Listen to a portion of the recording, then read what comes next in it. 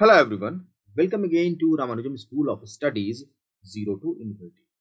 देखिए, जो हमारा ऑर्गेनिक केमिस्ट्री का जो लेक्चर चल रहा है इसमें हम लोग अभी जो फर्स्ट पार्ट यूनिट है ऑर्गेनिक केमिस्ट्री क्लास 12 में उसके लास्ट पे हैं।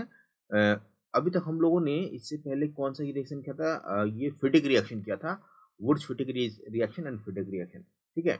आगे बढ़ते हुए हम लोग आज करेंगे इसका इंडेक्स क्वेश्चन। चलिए स्टार्ट करते हैं इंडेक्स क्वेश्चन और कॉन्सेप्ट के हिसाब से ही क्वेश्चन को सॉल्व करेंगे। Okay, so index question first कह रहा है which alkyl halide form the following pair from the following pair would you expect to react more rapidly by SN2 mechanism, explain your answer.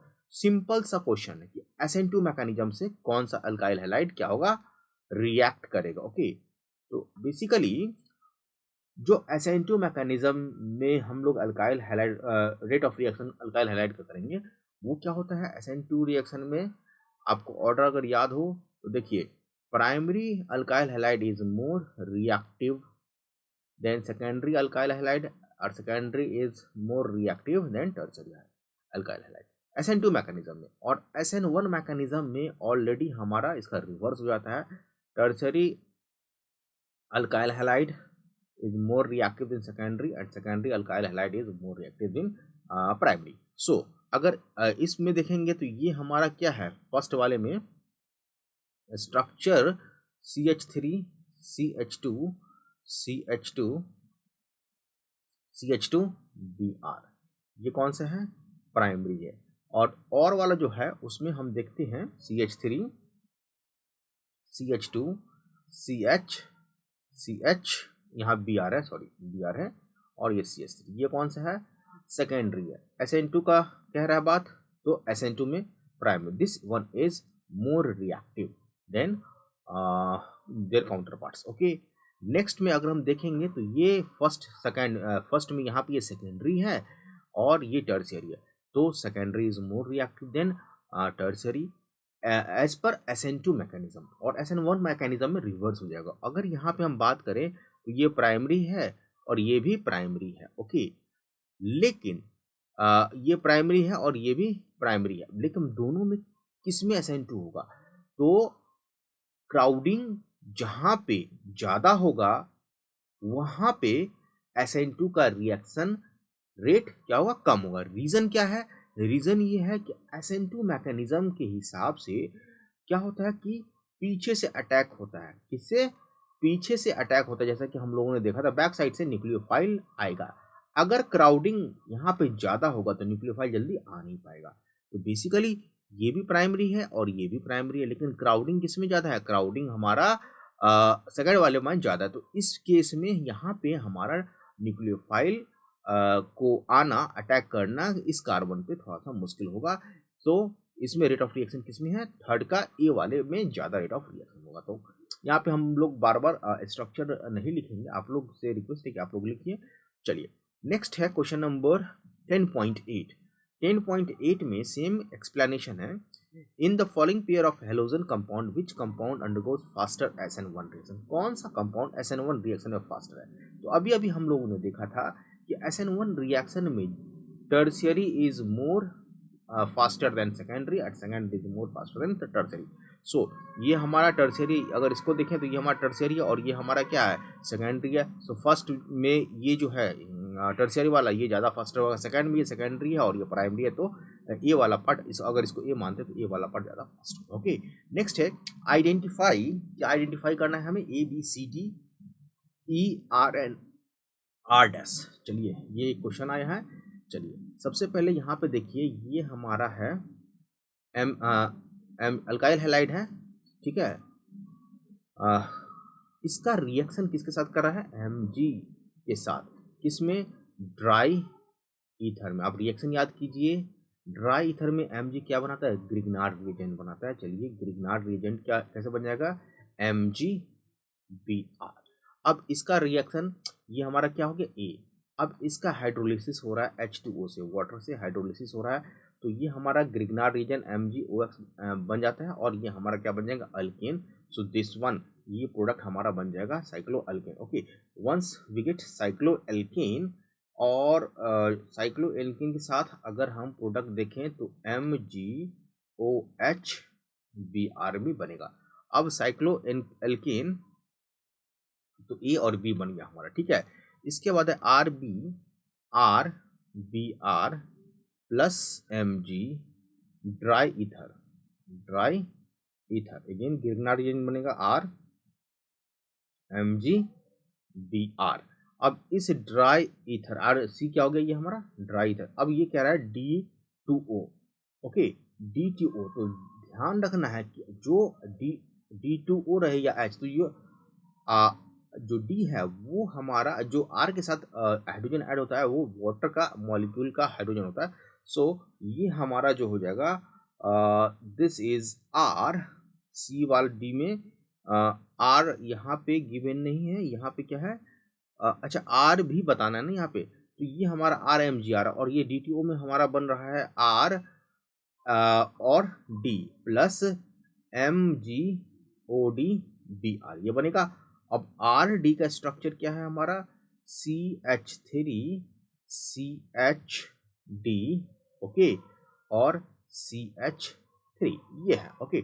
So basically जो हमारा R हो जाएगा, ये R हो जाएगा हमारा CH3 और ये हमारा क्या हो जाएगा CH3Br, ये R होगा, ठीक है। तभी तो जाके ये सेकेंडरी में हमारा क्या हो जाएगा Mg लग के MgBr बन जाएगा, ओके। तो हमारा C वाला पार्ट हो गया। अब यहाँ पे R डैश में हमारे पास R डैश एक्स है और इस हिसाब से लेफ्ट हैंड साइड में सोडियम और क्या है ईथर। सिंपल सा बात है कि R डैश से दो मॉलिक्यूल मिलके जुड़ जाएगा तो हमारा ये प्रोडक्ट बन रहा है इस तरह से, ओके। CH3 ध्यान से देखना है, CH3 इसका मतलब है दो, क्योंकि सिमेट्रिकल अल्केन बनता है। ये हमारा क्या बनेगा बेसिकली, ये R और R डैश बनेगा। इसका मतलब है कि जो हमारा R होगा वो CH3 और ये हमारा X होगा। यहाँ पे क्या है हमारा X है, दो मॉलिक्यूल होगा तो दो मॉलिक्यूल Na और ईथर के प्रेजेंस में ये जुड़ जाएगा, डेट इज वुर्ज रिएक्शन होगी, ठीक है। अब यहाँ से इस R का अगर क्या कर रहा है Mg कर रहा है तो अगेन हमारा ग्रिग्नार्ड रिएजेंट बनेगा, एक R है। सो वी हैव CH3MgX और इसका अगर हाइड्रोलिसिस होगा, क्या होगा हाइड्रोलिसिस H2O, तो सिंपल सा बात है ये हमारा टर्ड ब्यूटाइल ब्यूटेन बनेगा CH3 और यहाँ पे H आ जाएगा और MgOHX ये रिएक्शन। तो ये हमारा E वाला पार्ट हो जाएगा, ये हमारा D हो जाएगा। तो आई होप यहाँ तक आपको समझ में आ गया होगा, कोई भी दिक्कत नहीं हुआ होगा इस क्वेश्चन में। तो आपसे अगर डायरेक्ट क्वेश्चन पूछा जा सकता है तो आप लोग को ध्यान रखना है। नाउ थोड़ा सा पॉलीहैलोजन कंपाउंड है, इस पॉलीहैलोजन कंपाउंड को हम लोगों को क्या करना देखना है, क्योंकि क्वेश्चन इससे आ सकता है 2 या 3 नंबर में, ठीक है। तो पॉलीहैलोजन कंपाउंड किसे कहते हैं? Carbon compound containing more than 1 halogen atom. अगर कोई कार्बन कंपाउंड है, ठीक है, उसमें एक या एक से अधिक हैलोजन एटम है, तो सपोज Cl है या इसी से Cl2 जुड़ा हुआ है, usually refer to as polyhalogen compound. एक या एक से अधिक हैलोजन एटम जुड़ा हो तो बाकी वैलेंसी हम हाइड्रोजन से पूरा कर लेंगे। Many of these compound are useful in industry agriculture. Some polyhalogen compound, कुछ हैलोजन कंपाउंड के बारे में हमें पढ़ना है। चलिए सबसे पहले डाइक्लोरो मीथेन। सो डाइक्लोरोमीथेन का स्ट्रक्चर क्या होगा, दो क्लोरीन है, सो Cl और ये मीथेन से बना हुआ है तो HH, this is the structure of dichloromethane. अब यहाँ पे इसके प्रॉपर्टीज को ध्यान से देखना है। So dichloromethane is widely used as a solvent as paint remover. कैसा paint remover? As a propellant in aerosol. जो प्रोपेलेंट होता है किसमें, जब रॉकेट फायर किया, रॉकेट को अंतरिक्ष में भेजा था तो प्रोपेलेंट में यूज होता है इन एरोसेल में। And as a process solvent in the manufacture of drug. Drug बनाने में सॉल्वेंट में यूज होता है। It is also used as a metal cleaning and finishing solvent, metal को क्लीन करने में और फिनिश करने में यूज होता है। Methylene chloride harms the human central nervous system, अगर मिथिलीन क्लोराइड अगर चला जाए बॉडी के अंदर तो नर्वस सिस्टम को डैमेज कर सकता है, इसको हार्म कर सकता है। Exposure to lower level of methylene chloride in air can lead to slightly impaired hearing and vision, आपकी रोशनी जा सकती है या सुनाई, जो हम लोग हियरिंग है, हियरिंग का इंटेंसिटी कम हो सकता है। Higher level of methylene chloride in air cause dizziness, अब ज़्यादा ले लेंगे तो अनकॉन्शियस हो जाएगा, मतलब अगर बॉडी के अंदर मिथिलीन क्लोराइड ले लेंगे तो अनकॉन्शियस नहीं रहेगा, बेहोशी छाएगा, ठीक है, नंब पड़ जाएगा, सुन्न पड़ जाएगा पूरा बॉडी, ठीक है। In human direct skin contact with methylene chloride cause intense burning, अगर डायरेक्ट टच हो जाएगा स्किन में तो बहुत ज़्यादा बर्निंग होगा, ठीक है। स्किन में direct contact with I can burn the cornea, cornea को भी ये जला सकता है। तो जब कभी भी अगर हम मिथिलीन क्लोराइड को यूज़ करते हैं तो थोड़ा सा प्रिकॉशन रखना होगा जिससे कि ये सांस से या बॉडी के टच में ना आए। ओके, तो आपको बेसिकली फॉर्मूला याद रखना है, और जो जो कुछ जो ये क्या कहते हैं इसका यूज़ है ये याद रखना है।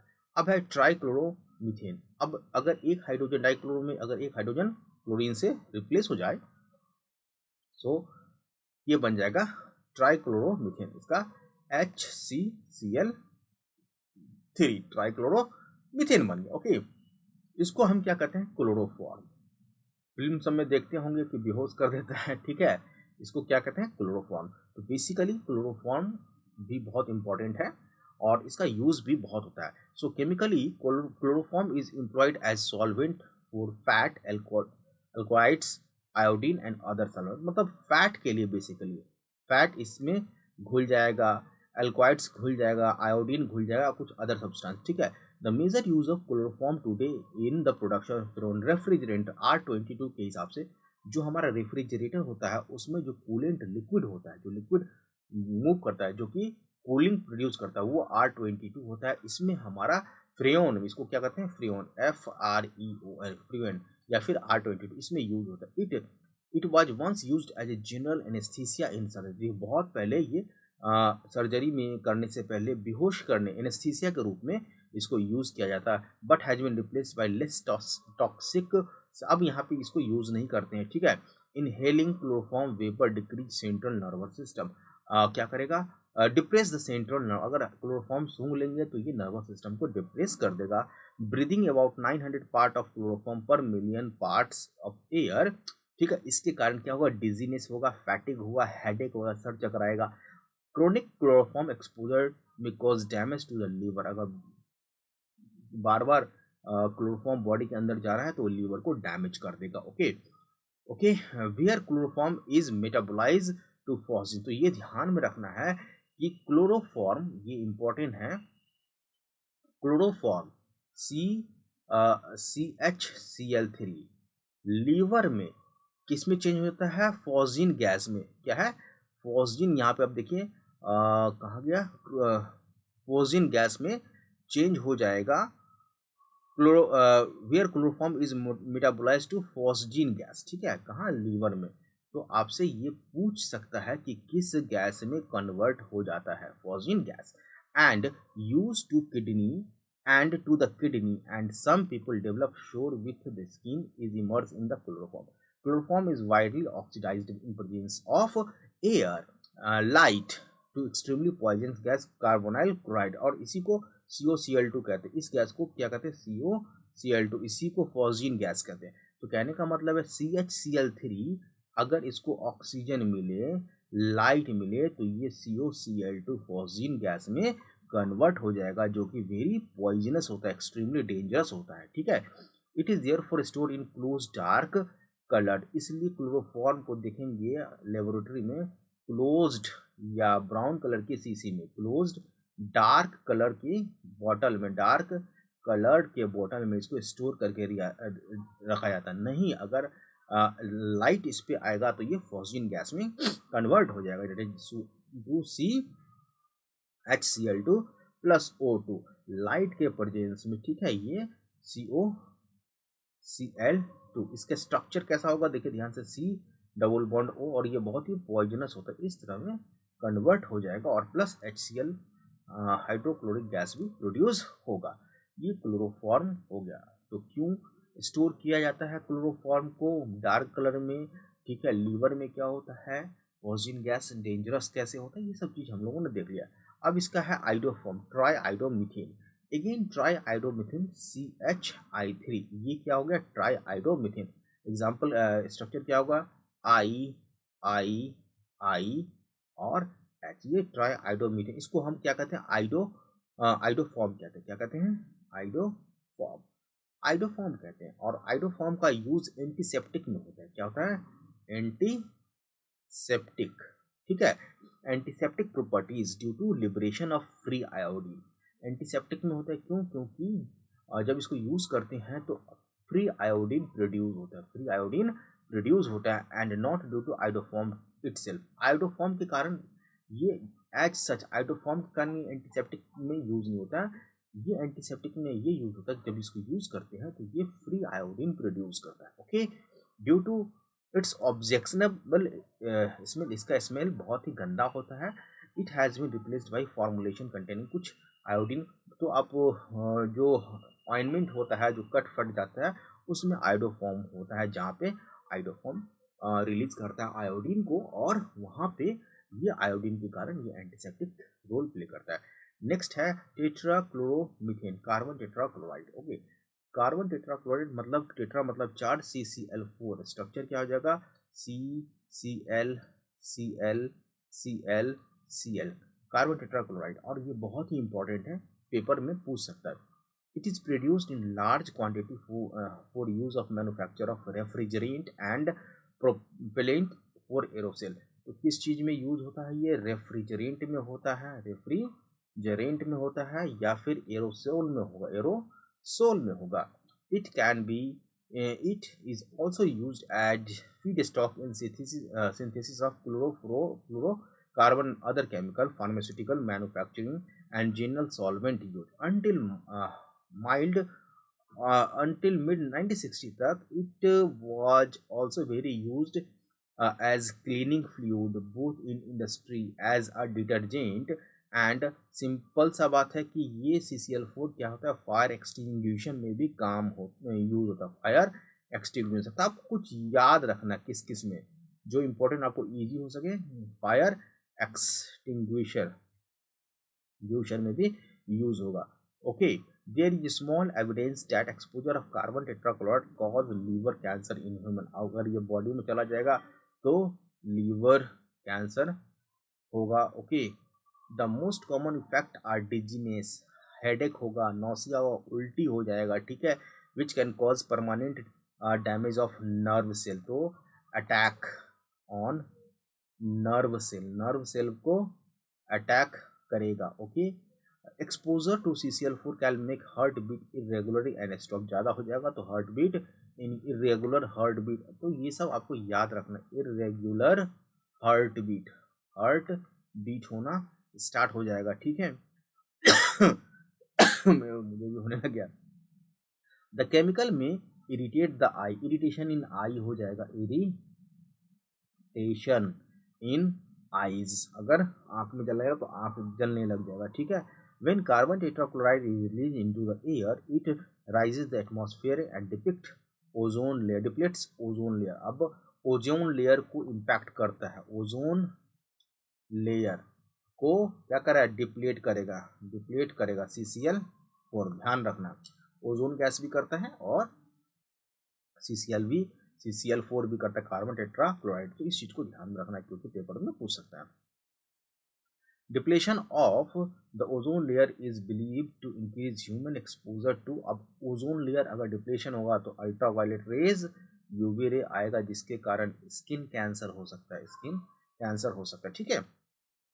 आई में रैशेस हो सकता है, ये सब बहुत सारा प्रॉब्लम हो सकता है। ओके, अब तीसरा है हमारा फ्रियोन्स, FREONS। फ्रियोन्स को अभी हमने देखा कि ये हमारा यूज होता है किसमें, ये हमारा यूज होता है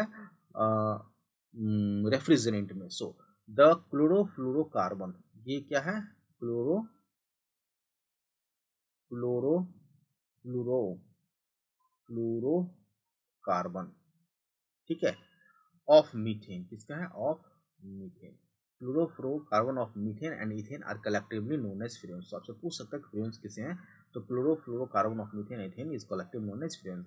दे आर एक्सट्रीमली स्टेबल, ये बहुत ही ज़्यादा स्टेबल होता है, अनरिएक्टिव होता है, नॉन टॉक्सिक होता है, नॉन कोरोसिव होता है एंड इजिली लिक्विफाइबल गैस। तो इन्हीं सब प्रॉपर्टीज के कारण ये इंडस्ट्रियल में यूज होता है। So friend 12 CCl2F2 CCl2F2 that is F12, इसको कहते हैं Freon 12 is one of the most common fuel in industry use. It is manufactured from tetrachloromethane by SWOT reaction. कैसे बनता है, टेट्राक्लोरोमीथेन CCl4 से बनेगा, कैसे, स्वार्ट रिएक्शन से, स्वार्ट रिएक्शन से, ठीक है।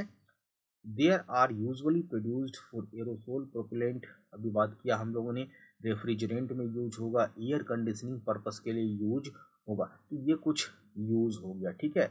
अब इसके बाद यहाँ पे most fuel even used in refrigerant eventually makes its way into the atmosphere and diffuse and where it diffuse and change into stratosphere. In a stratosphere, fuel is able to initiate radical chain reaction that can upset the natural ozone balance. तो ये फिर हम unit 40 में, मतलब अगर फ्लूरेंस क्या होता है कि एटमॉस्फेयर में जाता है तो वो फ्री रेडिकल में टूट जाता है, जिससे कि फ्री रेडिकल क्या होता है, रिएक्शन इनिशिएट हो जाता है, जिसके कारण ओजोन बैलेंस गड़बड़ा जाता है, ओजोन लेयर का जो बैलेंस है वो गड़बड़ा जाएगा। ओके, नेक्स्ट है लास्ट वन, और इसका आपको स्ट्रक्चर ये भी याद भी रखना है, structure that is DDT। DDT is the first chlorinated organic insecticide. क्या है ये, इंसेक्टिसाइड है, was originally prepared in 1873 but it was not until 1839 that Paul Muller and ZZ pharmaceutical institute ने discover the effectiveness of DDT, क्योंकि ये insecticide है तो इसका बहुत बाद में यूज समझ में आया, ठीक है। इसके लिए पॉल म्यूलर को नोबेल प्राइज दिया गया in medicine and physiology in 1948 for this discovery. ये लाइन इंपॉर्टेंट है, जब पॉल म्यूलर को DDT के डिस्कवरी के कारण 1948 में नोबेल प्राइज दिया गया। The use of DDT increased enormously on the worldwide basis after World War, primarily because its effectiveness against mosquito. तो DDT किसको देखते होंगे कि पहले आप क्या होता है, सफ़ेद रंग का जो है पाउडर, जहाँ पे मच्छर सब होता है वहाँ पे गर्मियों के दिनों में बारिश के दिनों में डेंगू से बचने के लिए दिया जाता है, तो वो जो पाउडर होता है DDT होता है। तो मॉस्किटो से बचने के लिए इसका छिड़काव किया जाता है, that spread malaria and lice that carry typhus. Mosquito से लाइस को मारने के लिए, ठीक है, इंसेक्टिसाइड है, मतलब जो इंसेक्ट हो उसको मारेगा, ओके, खत्म करेगा। Okay, however problem related to existence extensive, बहुत ज़्यादा यूज़ करने लग गया DDT, तो इससे प्रॉब्लम होने लगे। क्या हो गया प्रॉब्लम, कि चूँकि ये इंसेक्टिसाइड था तो ये वाटर में घुल जाता था, वाटर में घुल जाने के कारण क्या होता था कि ये बारिश में मैदानी इलाका से होते हुए नदी में पहुंच जाता था, और नदी में ये मराइन लाइफ को क्या करता है, जहाँ पे मछली सब होते हैं उसको इम्पैक्ट करता था। देखते हैं क्या है, many species of insects develop resistance to DDT and it was also discovered to have high toxicity toward fish. The chemical stability of DDT and its fat solubility compounded the problem. ये बहुत ही ज़्यादा stable है और fat को में भी soluble हो जाता था, जिसके कारण DDT is not metabolize very rapidly by animal से ये जल्दी से मेटाबोलाइज नहीं करता था। Instead it is deposited and stored in fatty tissue, ये फैटी टिश्यू में स्टोर हो जाता था। कहने का मतलब है कि ये हार्मफुल इफेक्ट डालता था, ठीक है। तो इसको जो है, इसका यूज जो है यूनाइटेड स्टेट में 1973 के बाद क्या क्या बैन कर दिया गया इसको, लेकिन फिर भी बहुत ही अभी डेवलपिंग कंट्री में इसका, या जो अंडर डेवलप कंट्री है, इसका यूज़ किया है। तो इसके स्ट्रक्चर आपको ध्यान में रखना होगा, मैं यहाँ पे दिखाता हूँ कैसे लिखते हैं, स्ट्रक्चर कैसे ध्यान में रखना है। ये एक बेंजीन रिंग है, ठीक है, बेंजीन रिंग से एक ऐसे निकाल देना, ठीक है, और अभी पता चलेगा क्यों ऐसे कर रहे हैं, ठीक है। So we have D D T. तो डी डी टी का फुल फॉर्म क्या है, डाई क्लोरो डाईफिनाइल। सो एक बेंजीन रिंग है, ये डाई क्लोरो हो गया, ठीक है। अब यहाँ से डाई फिनाइल डाई क्लोरो दो दो हो गया ना। सो ये हमारा, चलो जी, ये डाई क्लोरो डाईफिनाइल हो गया। यहाँ पे ये कार्बन है, ठीक है, इससे एक हाइड्रोजन यहाँ अटैच है। ओके, ये भी एक कार्बन है, यहाँ से Cl Cl, ओके, और ये Cl। ये हमारा DDT। इस तरह से स्ट्रक्चर आपको ध्यान में रखना है। ओके, नाउ अब है समरी। समरी एक बार देख के उसके बाद हम नेक्स्ट लेक्चर में टेक्स्ट बुक एक्सरसाइज करेंगे। ओके, समरी देख लेते हैं। अल्काइल अराइल हैलाइड में be classified as mono, di और polyhalogen, tri-tetra, etc. compound depending upon whether they contain one, two, or more halogen atom in their structure. Since halogen atom are more electronegative than carbon, the carbon halogen bond of alkyl halide is polarized. जैसा कि हम लोगों ने discuss किया था, the carbon atom bear a partial positive charge and the halogen atom bear a partial negative charge. Alkyl halide is prepared by free radical halogenation of alkene, addition of halogen acid to alkene, replacement of OH group of alcohol and alcohol with halogen using phosphorus halide, thionyl chloride and or hydrogen acid, HCl हो गया, ठीक है। Aryl halide is prepared by electrophilic substitution of arene, fluoride and iodide are the best prepared by halogen exchange method। इस चीज को भी देखा था, Finkelstein's reaction। The boiling point of organohalogen compound are comparatively alkyl halide की बात करें, organohalogen compound are comparatively higher than corresponding hydrocarbon because strong dipole and van der Waals force of attraction. These are slightly soluble in water but completely soluble in organic solvent। इस चीज को भी हम लोगों ने देखा था।